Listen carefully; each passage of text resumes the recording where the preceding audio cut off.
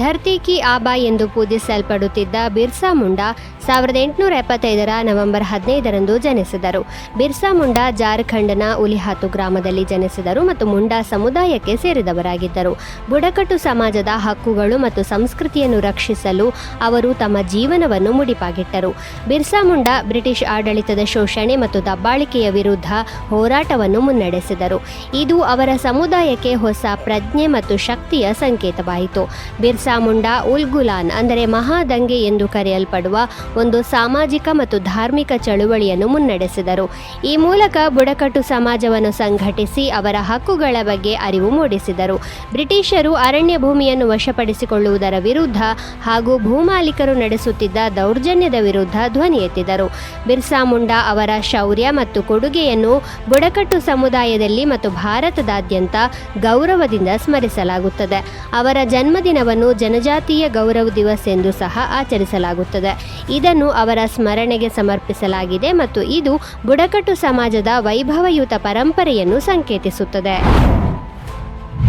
ಭಾರತದ 28ನೇ ರಾಜ್ಯ ಜಾರ್ಖಂಡ್ 2000ನೇ ಇಸವಿಯ ನವೆಂಬರ್ 15ರಂದು ಅಸ್ತಿತ್ವಕ್ಕೆ ಬಂದಿತು.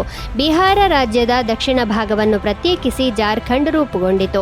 ಆ ಮೂಲಕ ಅದರ ಜನರ ಪ್ರಾದೇಶಿಕ ಗುರುತು ಮತ್ತು ಸಾಂಸ್ಕೃತಿಕ ಪರಂಪರೆಯನ್ನು ಗೌರವಿಸಲಾಯಿತು. ಜಾರ್ಖಂಡ್ ರೂಪುಗೊಂಡ ಈ ದಿನವು ಮಹಾನ್ ಬುಡಕಟ್ಟು ಯೋಧ ಬಿರ್ಸಾ ಮುಂಡಾ ಅವರ ಜನ್ಮ ವಾರ್ಷಿಕೋತ್ಸವದೊಂದಿಗೆ ಸೇರಿಕೊಳ್ಳುತ್ತದೆ. ಈ ಪ್ರದೇಶದ ನೈಸರ್ಗಿಕ ಸಂಪನ್ಮೂಲಗಳು, ಅರಣ್ಯಗಳು, ಖನಿಜಗಳು ಮತ್ತು ಸಾಂಸ್ಕೃತಿಕ ಪರಂಪರೆಯ ರಕ್ಷಣೆ ಮತ್ತು ಅಭಿವೃದ್ಧಿಗಾಗಿ ಬುಡಕಟ್ಟು ಸಮಾಜ ಮತ್ತು ಪ್ರದೇಶದ ನಾಯಕರ ಸುದೀರ್ಘ ಹೋರಾಟದಿಂದ ಜಾರ್ಖಂಡ್ ರಚನೆಗೆ ಚಾಲನೆ ನೀಡಲಾಯಿತು. ಜಾರ್ಖಂಡ್ನ ರಚನೆಯು ಈ ಪ್ರದೇಶದಲ್ಲಿ ಕೈಗಾರಿಕಾ ಮತ್ತು ಆರ್ಥಿಕ ಅಭಿವೃದ್ಧಿಗೆ ಹೊಸ ಅವಕಾಶಗಳನ್ನು ತೆರೆಯಿತು. ಸ್ಥಳೀಯ ಜನರು ಉತ್ತಮ ಶಿಕ್ಷಣ, ಆರೋಗ್ಯ ಸೇವೆಗಳು ಮತ್ತು ಉದ್ಯೋಗವನ್ನು ಪಡೆಯಲು ಸಹಾಯ ಮಾಡಿತು. 1949ರ ನವೆಂಬರ್ 15ರಂದು ಮೋಹನ್ ದಾಸ್ ಕರಮ್ಚಂದ್ ಗಾಂಧಿಯವರ ಹತ್ಯೆ ಪ್ರಕರಣದಲ್ಲಿ ನಾಥೂರಾಮ್ ಗೋಡ್ಸೆ ಮತ್ತು ನಾರಾಯಣ ಆಪ್ಟೆ ಅವರನ್ನು ಗಲ್ಲಿಗೇರಿಸಲಾಯಿತು. 1948ರ ಜನವರಿ 30ರಂದು ನವದೆಹಲಿಯಲ್ಲಿ ಗಾಂಧಿ ಹತ್ಯೆಯಾಯಿತು. ಅವರ ಸಿದ್ಧಾಂತ ಮತ್ತು ಭಿನ್ನಾಭಿಪ್ರಾಯವು ಗೋಡ್ಸೆ ಮತ್ತು ಅವರ ಸಹಚರರ ಈ ಹಿಂಸಾತ್ಮಕ ಕ್ರಮದ ಹಿಂದಿನ ಪ್ರಮುಖ ಕಾರಣಗಳಾಗಿವೆ. ಪಾಕಿಸ್ತಾನ ಮತ್ತು ದೇಶದ ವಿಭಜನೆಯ ಬಗೆಗಿನ ಸಹಾನುಭೂತಿಯ ನೀತಿಗಳಿಗೆ ಅವರು ಗಾಂಧಿಯವರನ್ನು ಹೊಣೆಗಾರರನ್ನಾಗಿ ಮಾಡಿದ್ದರು. ಗಾಂಧಿಯವರ ನೀತಿಗಳು ಹಿಂದೂ ಸಮಾಜದ ಹಿತಾಸಕ್ತಿಗಳಿಗೆ ವಿರುದ್ಧವಾಗಿವೆ ಎಂದು ಗೋಡ್ಸೆ ನಂಬಿದ್ದರು. ಇದು ಅವರ ಅಸಮಾಧಾನವನ್ನು ಇನ್ನಷ್ಟು ಹೆಚ್ಚಿಸಿತು. ಆದಾಗ್ಯೂ ಗೋಡ್ಸೆಯ ಈ ಕಾರ್ಯವು ಟೀಕೆಗೆ ಗುರಿಯಾಯಿತು, ಯಾಕೆಂದರೆ ಇದು ಭಾರತದಲ್ಲಿ ಪ್ರಜಾಸತ್ತಾತ್ಮಕ ಕಲ್ಪನೆಗಳ ಅಡಿಪಾಯದಲ್ಲಿ ಪ್ರಮುಖ ಸ್ಥಾನವನ್ನು ಹೊಂದಿರುವ ಅಹಿಂಸೆ ಮತ್ತು ಸಂವಹನದ ತತ್ವಗಳ ಉಲ್ಲಂಘನೆಯಾಗಿದೆ. ನಾಥೂರಾಮ್ ಗೋಡ್ಸೆಯನ್ನು ಕಟ್ಟ ಹಿಂದೂ ರಾಷ್ಟ್ರೀಯವಾದಿ ಎಂದು ಪರಿಗಣಿಸಲಾಗಿತ್ತು ಮತ್ತು ಅವರು ಅಖಿಲ ಭಾರತ ಹಿಂದೂ ಮಹಾಸಭಾದ ಸದಸ್ಯರೂ ಆಗಿದ್ದರು. ಅದೇ ಸಮಯದಲ್ಲಿ ನಾರಾಯಣ ಆಪ್ಟೆ ಅವರು ನಾಥೂರಾಮ್ ಗೋಡ್ಸೆಯ ನಿಕಟ ಸಹಚರರಾಗಿದ್ದರು ಮತ್ತು ಗಾಂಧಿ ಹತ್ಯೆಯ ಸಂಚಿನ ಪ್ರಮುಖ ಸಹಚರರಲ್ಲಿ ಒಬ್ಬರಾಗಿದ್ದರು. ಅವರು ವಿದ್ಯಾವಂತ ವ್ಯಕ್ತಿಯಾಗಿದ್ದರು ಮತ್ತು ಗೋಡ್ಸೆಯವರಂತೆಯೇ ಅವರ ಸಿದ್ಧಾಂತವು ಗಾಂಧಿಯವರ ನೀತಿಗಳಿಗೆ ವಿರುದ್ಧವಾಗಿತ್ತು. ಈ ಪಿತೂರಿಯನ್ನು ಸಂಘಟಿಸುವಲ್ಲಿ ಮತ್ತು ಕಾರ್ಯಗತಗೊಳಿಸುವಲ್ಲಿ ಆಪ್ಟೆ ಪ್ರಮುಖ ಪಾತ್ರ ವಹಿಸಿದರು.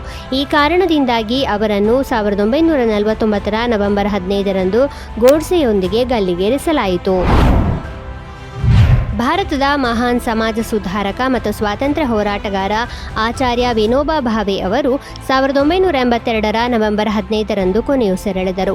ವಿನೋಬಾ ಭಾವೆ ಅವರು ತಮ್ಮ ಜೀವನದುದ್ದಕ್ಕೂ ಸಮಾಜ ಸೇವೆ ಮತ್ತು ಅಹಿಂಸಾತ್ಮಕ ಚಳುವಳಿಗಳಿಗೆ ಹೆಸರುವಾಸಿಯಾಗಿದ್ದಾರೆ. ಗಾಂಧಿಯವರ ಚಿಂತನೆಗಳಿಂದ ಪ್ರೇರಿತರಾದ ಅವರು ಅಹಿಂಸೆ, ಸತ್ಯ ಮತ್ತು ಮಾನವೀಯತೆಯ ಮಾರ್ಗವನ್ನು ಅನುಸರಿಸಲು ನಿರ್ಧರಿಸಿದರು. ವಿನೋಬಾ ಭಾವೆಯವರ ಅತ್ಯಂತ ಪ್ರಸಿದ್ಧವಾದ ಚಳುವಳಿ ಭೂದಾನ ಚಳುವಳಿಯಾಗಿದ್ದು, ಇದರಲ್ಲಿ ಅವರು ಭೂಮಾಲೀಕರು ಮತ್ತು ರೈತರಿಂದ ಭೂಮಿಯನ್ನು ಸ್ವಯಂ ಪ್ರೇರಿತವಾಗಿ ದೇಣಿಗೆ ಪಡೆದು ಬಡವರು ಮತ್ತು ಭೂರಹಿತರಿಗೆ ವಿತರಿಸಿದರು. ಈ ಆಂದೋಲನವು ಗ್ರಾಮೀಣ ಭಾರತದಲ್ಲಿ ಸಮುದಾಯ ಸಹಕಾರ ಮತ್ತು ಆರ್ಥಿಕ ಸಮಾನತೆಗೆ ಹೊಸ ಉದಾಹರಣೆಯನ್ನು ನೀಡಿತು. ಅವರ ಸೇವೆ ಮತ್ತು ಕೊಡುಗೆಗಾಗಿ ಅವರಿಗೆ ಭಾರತ ರತ್ನ ನೀಡಲಾಯಿತು. ವಿನೋಬಾ ಭಾವೆ ಗಾಂಧಿಯವರ ನಿಕಟವರ್ತಿಯಾಗಿದ್ದರೂ ರಾಜಕೀಯದಿಂದ ದೂರವೇ ಉಳಿದಿದ್ದರು. ಸಮಾಜ ಸೇವೆಗೆ ಹೆಚ್ಚಿನ ಆದ್ಯತೆ ನೀಡಿದರು. ಸ್ವಾತಂತ್ರ್ಯ ಮತ್ತು ಗಾಂಧಿ ನಿರ್ಗಮನದ ನಂತರ ಅವರು ಗಾಂಧಿ ಸಂಪ್ರದಾಯವನ್ನು ಹಾಗೆಯೇ ಉಳಿಸಿಕೊಂಡರು. ಭೂದಾನ ಆಂದೋಲನ, ಗೋಹತ್ಯೆ ನಿಷೇಧ ಮುಂತಾದ ಹಲವು ವಿಷಯಗಳ ಕುರಿತು ಅವರ ಹೋರಾಟ ಅವರಿಗಿದ್ದ ಆಚಾರ್ಯ ಎಂಬ ಬಿರುದನ್ನು ಸಮರ್ಥಿಸುತ್ತದೆ. ಅವರ ಕೊನೆಯ ಕ್ಷಣಗಳಲ್ಲಿ ಅವರು ಸಮಾಧಿ ಮರಣವನ್ನು ಅಳವಡಿಸಿಕೊಂಡರು ಮತ್ತು ನವೆಂಬರ್ 15ರಂದು ತಮ್ಮ ಪ್ರಾಣತ್ಯಾಗ ಮಾಡಿದರು.